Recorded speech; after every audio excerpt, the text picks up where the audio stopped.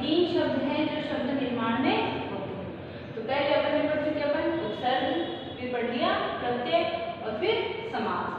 ये तीनों टॉपिक एक ही है, आपको तीनों के अलग अलग क्रम में, जैसे पहले उपसर्ग किया तो उपसर्ग के क्वेश्चन आंसर करने हैं, फिर उसके बाद में प्रत्यय के क्वेश्चन आंसर करने हैं, और आज अपना तीसरा टॉपिक है समास। तो समास क्या है? समास किसे कहते हैं अपन? यानी समास का अर्थ होता है संक्षिप्त कर देना, किसी बड़ी चीज को संक्षिप्त कर देना, उसमें विभक्तियों का लोप हो जाना। कैसे? यानी जब दो या दो से अधिक पद, दो जैसे ये दो पद है, ठीक है, तो दो या दो से अधिक पद अपनी विभक्ति को छोड़कर, जिस विभक्ति के द्वारा ये जुड़े हुए हैं, यहाँ जैसे को, क्या, कैसे, को, के, ये को, तो वो विभक्ति को छोड़कर आपस में जब मिल जाते हैं तो उस संक्षिप्त रूप को अपन समास कहते हैं। जैसे जब दो या दो से अधिक पद अपनी विभक्ति को छोड़कर आपस में मिलते हैं तो इस मिले हुए संक्षिप्त रूप को अपन समास कहते हैं। जैसे विभक्ति कौन सी? अब जैसे ये है वन को गमन, यहाँ क्या है? वन को गमन, तो ये को कौन सी विभक्ति का रूप है? कर्म विभक्ति है ना। अपन कहते हैं ना कर्ता ने कर्म को, तो ये को जो है ये किस विभक्ति का है? कर्म विभक्ति का। तो कर्म विभक्ति, यहाँ इस को हटा दिया हमने, वन गमन, तो ये संक्षिप्त रूप क्या बन गया? वन गमन। तो ये है समास। अब ये समास का रूप है, समस्त पद है, ये है विग्रह रूप, यानी जब इसको अपन अपने पूर्व रूप में लाते हैं तो ये पद कहलाता है विग्रह, यानी जब इसका अपन विग्रह करेंगे तो ये रूप आ जाएगा, और इस रूप को जब अपन समस्त पद में लाएंगे तो वो ये बन जाएगा। तो समस्त पद में जब पदों का रूप आता है तो उसमें विभक्तियों का लोप हो जाता है, यानी और, को, के लिए, ये सब क्या है? दो शब्दों को जोड़ने वाले संयोजक रूप है। तो इन संयोजकों का जब लोप हो जाता है तो वो बन जाता है समास का रूप, जिसे अपन कहते हैं समस्त पद। ठीक है, इसके बाद अपन समास पढ़ते हैं तो ये समास का रूप हो जाता है। तो समास में क्या क्या विशेषताएं होती है, यानी किस किस विशेषता से वो जुड़ जाता है। तो समास को अपन, समास से कोई भी जो बात है, यानी कोई भी जो शब्द है वो संक्षिप्त बन जाता है। सबसे बड़ी विशेषता क्या है कि उसका जो रूप होता है वो संक्षिप्त हो जाता है। ठीक है, उसके बाद दूसरा है कि समास द्वारा मिलाए गए शब्द को एक ही शब्द, अब ये शब्द दो हैं, दो रूप है ना, यहाँ वन और गमन, दो अलग अलग चीजें थी, वन और गमन, लेकिन जो संक्षिप्त रूप ये बना वन गमन, इसे अपन एक ही शब्द की संज्ञा देंगे। ये समास की दूसरी बड़ी विशेषता है कि ये बने तो दो पदों से हैं, दो अलग अलग पदों से मिलकर ये पद बना है जो संयोजक रूपों से या विभक्तियों से युक्त था। लेकिन जब विभक्तियों का लोप होगा, संयोजकों का लोप होगा, तो जो शब्द बनेगा वो एक ही शब्द के रूप में प्रयोग आएगा, यानी एक ही शब्द कहलाएगा। जबकि ये दो अलग अलग शब्द है और इन दोनों शब्दों को जब अपन ने समास रूप से मेल किया तो ये शब्द क्या हो गया? एक ही शब्द की बात इसका प्रयोग किया जाएगा, यानी वन गमन एक ही शब्द बनेगा। समझ गए ना? यानी कहने का मतलब क्या है कि जब इसका संक्षिप्तीकरण करते हैं तो संक्षिप्तीकरण में इसकी दो विशेषताएं सामने आती है। एक तो ये कि जिन विभक्तियों का लोप होगा तो शब्द क्या बन जाएगा? संक्षिप्त रूप आ जाएगा। दूसरा, इस संक्षिप्तीकरण के साथ जो दो अलग अलग शब्द हैं, वन और गमन, ये दोनों अलग अलग शब्द है और ये दोनों शब्द एक ही शब्द के रूप में प्रयोग में आएंगे। जब ये समस्त पद बन जाएगा तो अपन उनको दो शब्द नहीं कहेंगे, एक ही शब्द की भांति इनका प्रयोग करेंगे। ठीक है, फिर इसके बाद तीसरी आपकी विशेषता है कि समासों के प्रयोग से भाषा, यानी जो हमारी ये भाषा है, जो शब्द है वो भावपूर्ण और चुस्त रहते हैं, यानी ये शब्द अपना एक पर्टिकुलर अर्थ देगा, अपने आप में एक सशक्त शब्द बन जाएगा। ये नहीं कि इसको अपन अलग अलग शब्दों से जोड़ेंगे, ये अपना एक ही शब्द रहेगा तो एक सशक्त शब्द बन जाता है और इसका अपना प्रभाव भी रहता है। चौथा आपका है कि समास से मिलाए गए शब्दों में दो शब्द हैं, इन दो शब्दों को हमने समास में बनाया तो इसे अपन पूर्व पद कहेंगे और इसे उत्तर पद। तो जो समास में शब्दों में पहले को पूर्व पद और दूसरे को उत्तर पद कहा जाता है। अब इन पूर्व पद और उत्तर पदों में कई समासों में हमारे आएगा कि किसी में इसका प्रभाव होगा, किसी में इसका प्रभाव होगा, यानी कहीं पूर्व पद प्रधान होगा और कहीं उत्तर पद, और कई समासों में दोनों ही पद प्रधान हो जाएंगे।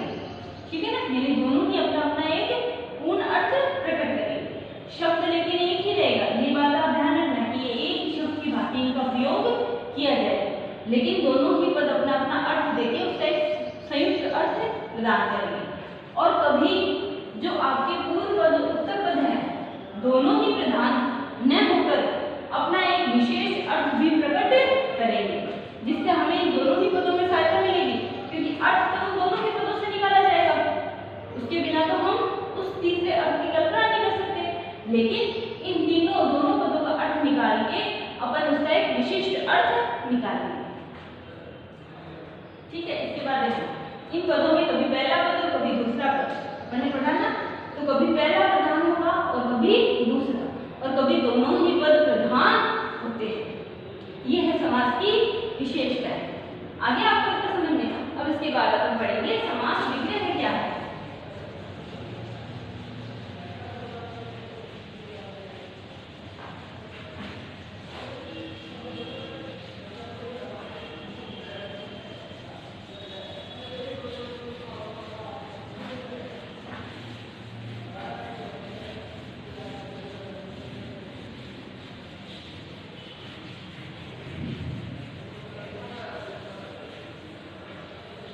बात है आपका कि समास विग्रह क्या है।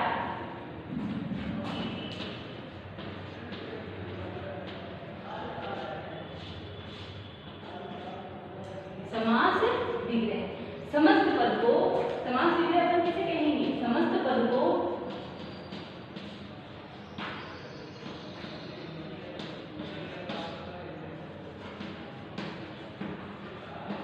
अपने पूर्व रूप में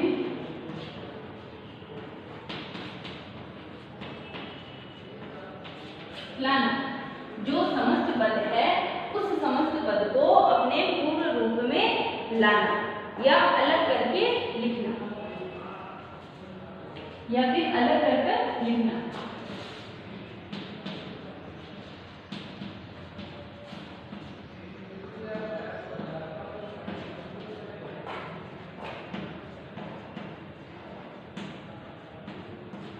या अलग करके उसको लिखना।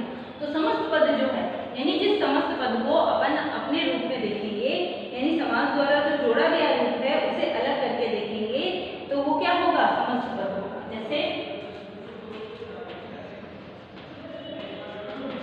अपन ने देखा वन को गमन, वैसे ही देखो वो भी है।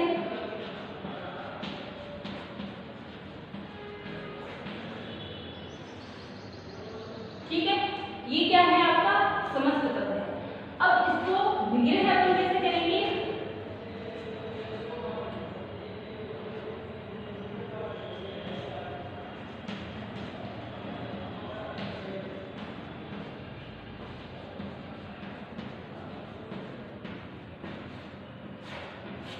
हवन के लिए सामग्री। ठीक है, अपन ने देखा था वन गमन, ठीक है ना, तो वैसे ही वन को गमन है ना। आगे आपको ये समझ में, यानी ये आपका समस्त पद है। समास विग्रह किसे कहेंगे, इस समस्त पद को अपने पूर्व रूप में यानी खोल कर रखना, वो क्या कहलाएगा, क्या कहलाएगा, समास विग्रह। जैसे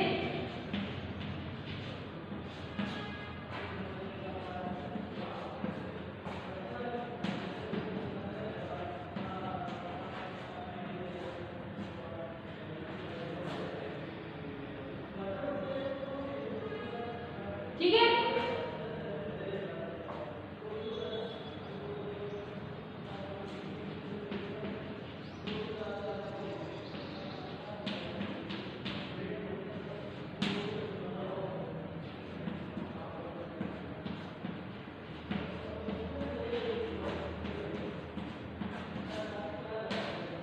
आगे समझने। अब ये सारे क्या हैं, ये सारे समस्त पद हैं, और ये सारे इन समस्त पदों का पूर्व रूप है, यानी जो विभक्ति रूप है, जो संयोजक रूप है। जैसे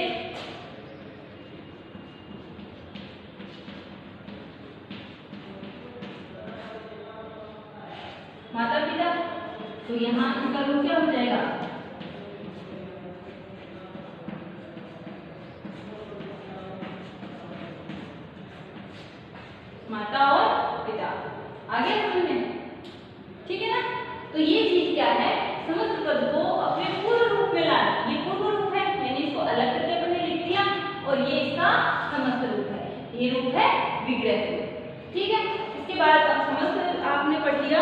समास विग्रह। तो समास विग्रह के बाद में क्या आएंगे? समास के भेद। अब हम स्टार्ट करेंगे समास के भेद।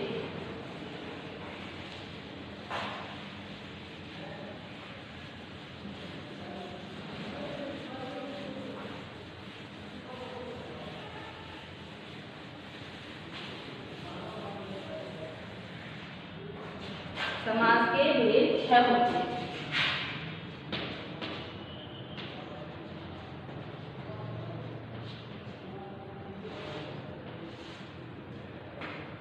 समास के 6 भेद होते हैं।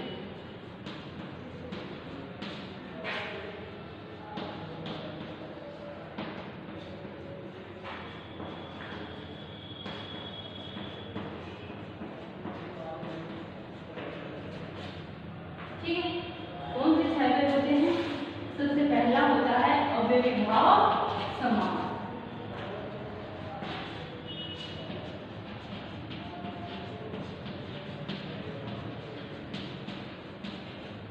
ठीक है, इसमें अवयव प्रधान होता है, यानी जहां अवयव होता है और वहां अव्ययीभाव समास होगा। अवयव आप किसे कहेंगे? अवयव वो छोटा रूप होता है जिसका टुकड़ा नहीं होता। दूसरा है आपका तत्पुरुष समास।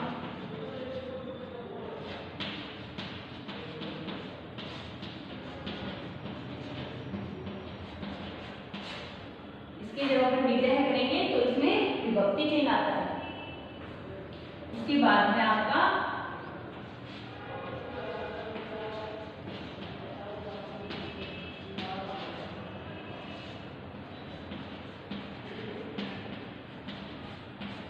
का जो प्रथम ग्रुप होता है यानी ग्रुप पद होता है वो विशेषण होता है। इसमें विशेषण और विशेष्य का ये मैं आपको जब अपन डिटेल में पढ़ेंगे ना तो मैं बता दूंगी, लेकिन अभी मैं आपको शॉर्ट रूप में बता रही हूँ कि इसमें विशेष्य और विशेषण का संबंध होता है।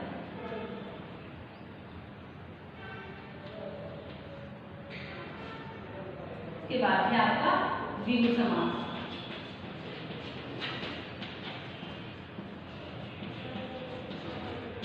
इसमें जो आपका पहला पद होगा, जैसे ये 2 पद है ना, ऐसे प्रथम पद संख्यावाची होता है। इसके बाद है आपका द्वंद्व समास।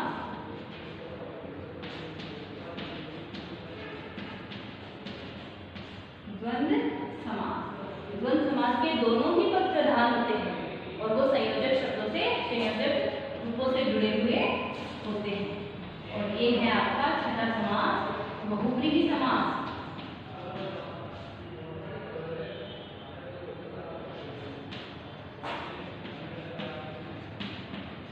इसमें दोनों ही पद प्रधान न होकर कोई तीसरे अर्थ की ओर संकेत होता है, यानी इसका कोई तीसरा अर्थ निकलता है। तो ये अब से देखते हैं समास के 6 भेद। पहला है अव्ययीभाव समास, दूसरा कौन सा है? दूसरा है आपका तत्पुरुष समास, तीसरा है कर्मधारय समास, चौथा है द्विगु समास और पांचवा है द्वंद्व समास और आपका छठा आखिरी समास है बहुव्रीहि समास। तो ये 6 भेद समास के आते हैं। इन 6 की अपनी अपनी विशेषताएं होती है जो अपन पढ़ेंगे। पहला होगा अपना अव्ययीभाव समास। अव्ययीभाव समास किसे कहेंगे? अव्ययीभाव समास कहेंगे अपन कि जिस समास का पहला पद अव्यय होता है, जिस समास का पहला पद अव्यय होता है।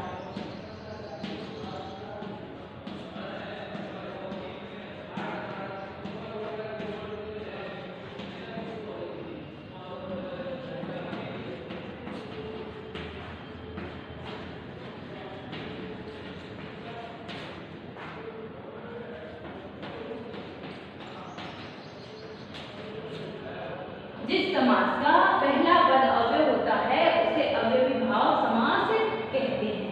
अब अव्यय से मतलब है कि जिसका पूर्व पद प्रधान होता है, जिसका इस समास का पूर्व पद प्रधान होता है।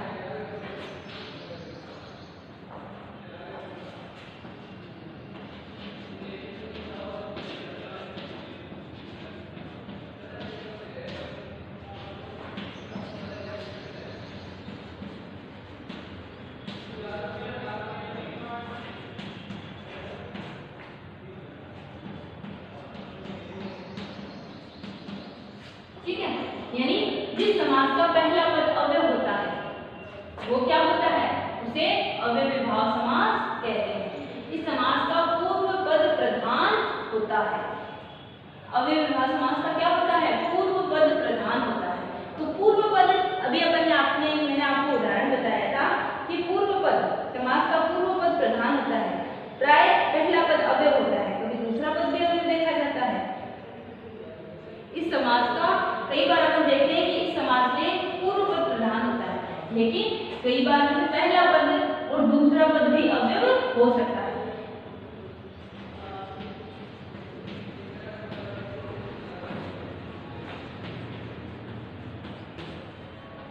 कई बार दूसरा पद भी अव्यय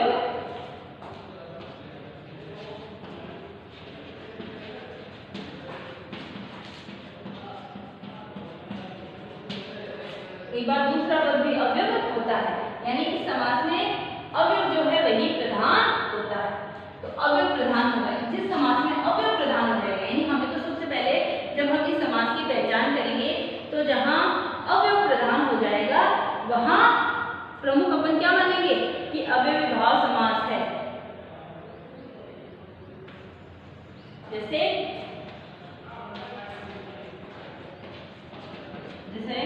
ये है यथा शक्ति। तो अब यहाँ यथा क्या है? अव्यय भी है। तो अब अव्यय इसमें प्रधान है, तो जब अपन इसकी टिप्पणी करेंगे तो क्या हो जाएगा?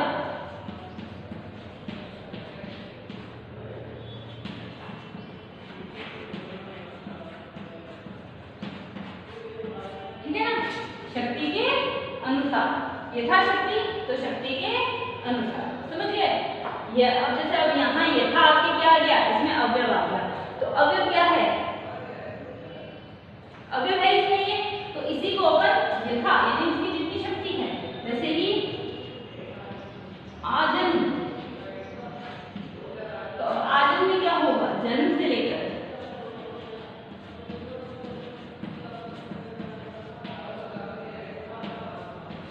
हो गया ना?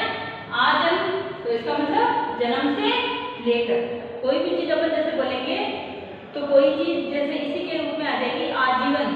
अब जैसे अपन ने आजन्म बोला वैसे ही आजीवन। अब जीवन तो है, तो ये आ कैसे है? अव्यय है, तो क्या हो जाएगा? जीवन, जीवन भर। यानी जहां अव्यय होगा, इस समास की प्रमुखता क्या है कि इस समास में प्रमुख अव्यय ही होता है। और जब अव्यय प्रमुख होता है तो ये चीज क्या कहलाती है? सामासिक रूप में। यथा जैसे अभी अपन ने कहा यथा शक्ति, तो शक्ति के अनुसार। यथा संभव, जैसे अपन कहते हैं यथा संभव, यथा संभव, तो क्या हो जाएगा? यथा संभव मतलब जैसा संभव हो।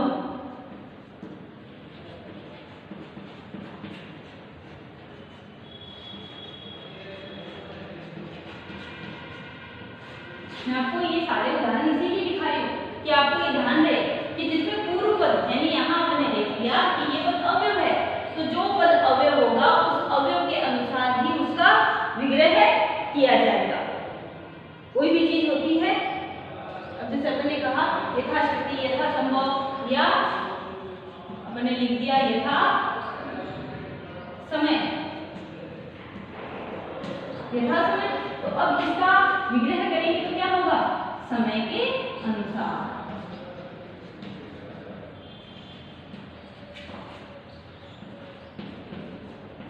तो जो जिस पद में अव्यय होगा, हमें तो ये देखना है कि जिस पद में प्रमुख अव्यय है, तो अगर अव्यय है तो इसका मतलब वो कौन सा समास है? अव्ययीभाव समास है।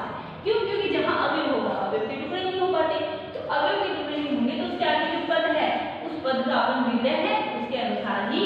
अब आजन्म तो जन्म है, तो आजन्म ये क्या है? अव्यय है ना, तो आजन्म जन्म से लेकर आजीवन, जीवन भर। अब यहाँ हमें उस शब्द के अनुसार ही उसको विग्रह देना होगा। यथा संभव, तो ये इसमें क्या है? यथा संभव, तो जो संभव के अनुसार या जो संभव है उसके अनुसार। यथा शक्ति, शक्ति के अनुसार। यथा समय, समय के अनुसार। तो ये चीज जहां इसमें अव्यय दिखाई देगा, हम उस अव्यय को देखते ही पहली बात तो ये समझ जाएंगे कि ये अव्ययीभाव समास है। अब जैसे आपको एक और बताऊं,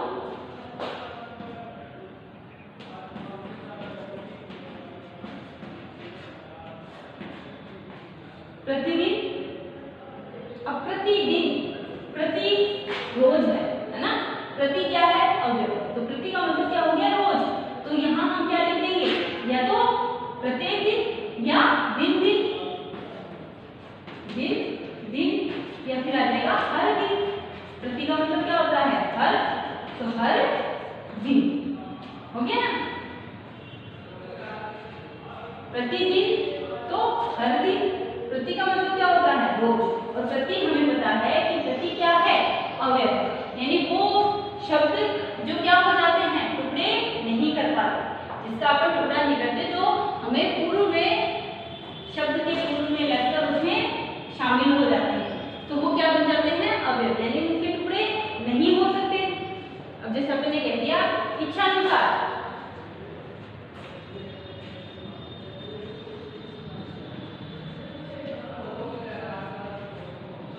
ठीक है, इच्छानुसार, तो ये क्या हो जाएगा इच्छा के अनुसार।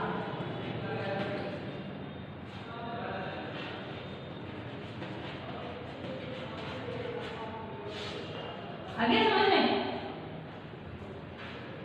यानी जहां अवयव दिखेगा उस अवयव को हम उस अवयव शब्द के रूप में जब बनाएंगे तो वो इस रूप में शामिल हो जाएगा कि उसके टुकड़े नहीं होंगे।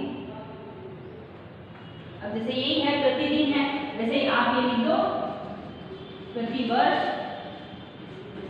तो वैसे ही हो जाएगा हर वर्ष या वर्ष वर्ष।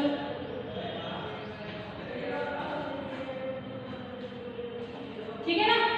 अब आपका ये पहला समास के भेद का पहला था अव्ययीभाव समास।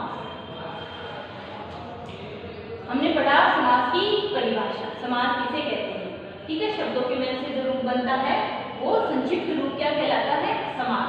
उसके बाद समास की आपने विशेषताएं भी पढ़ी कि जब जो सामासिक पद है जब उनके टुकड़े जोड़ते हैं नया रूप बनता है तो उसमें क्या क्या विशेषताएं आती है, ठीक। उसके बाद हमने देखा कि उसका विग्रह कैसे होता है, विग्रह करने का मतलब उस सामासिक पद को अपने पूर्ण रूप में ले जाना। और विशेषताओं में हमने देखा कि कई बार दो पद हैं, जैसे ये दो पद हैं तो कई बार ये पद प्रधान होता है, कई बार ये पद प्रधान होता है, कई बार दोनों ही पद प्रधान नहीं होते हैं और कई बार दोनों ही पद प्रधान होते हैं, दोनों में अलग अलग संबंध बन जाता है। तो वो सब है उनकी विशेषता। और इसके बाद हमने पढ़े समास के भेद, 6 भेद हैं समास के। तो इन 6 भेदों में हमने पहला पढ़ा अव्ययीभाव समास, जिस समास का पहला पद अवयव होता है, पहला पद जिसका अवयव है, यानी जिसका पूर्व पद ही प्रधान होगा, यानी जो पद अवयव है वही पद क्या होगा प्रधान होगा। कई बार दूसरा पद भी अवयव हो जाता है लेकिन ज्यादातर उसमें क्या होता है प्रथम पद ही अवयव होता है। तो जो पद अवयव है वही पद प्रधान होगा और इसी पद के आधार पे हम इसका विग्रह करेंगे।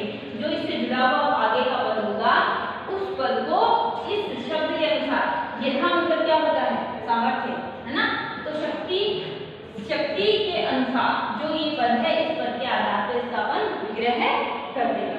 तो ये आपको इतना अपनी नोटबुक में करना है। मैंने आपको पहले भी होमवर्क बता दिया है कि ये हमारा शब्द निर्माण का तीसरा टॉपिक है। पहला टॉपिक था उपसर्ग, उपसर्ग की हमने परिभाषा उसके रूप देखे हैं, आपको अपनी नोटबुक में करके रखना है। दूसरा पद था प्रत्यय, तो प्रत्यय किसे कहते हैं और प्रत्यय के जो अलग अलग दोनों रूप है, प्रत्यय और प्रदंत प्रत्यय, दोनों प्रत्यय हमने पढ़ लिए। दोनों को आपको अपनी डेफिनेशन यानी परिभाषा के साथ नोटबुक में लिखना है और उनके उदाहरण लिखने हैं। तीसरा हमारा टॉपिक है समास, समास की हमने परिभाषा पढ़ ली, विशेषताएं पढ़ ली, विग्रह पढ़ लिया और समास के भेद, उनके भेदों में हमने पहला भेद पढ़ लिया अव्ययीभाव समास। तो इतना आज तक का आपको अपनी नोटबुक में करना है। अगली क्लास में हम पढ़ेंगे दूसरा हमारा तत्पुरुष समास, ठीक है।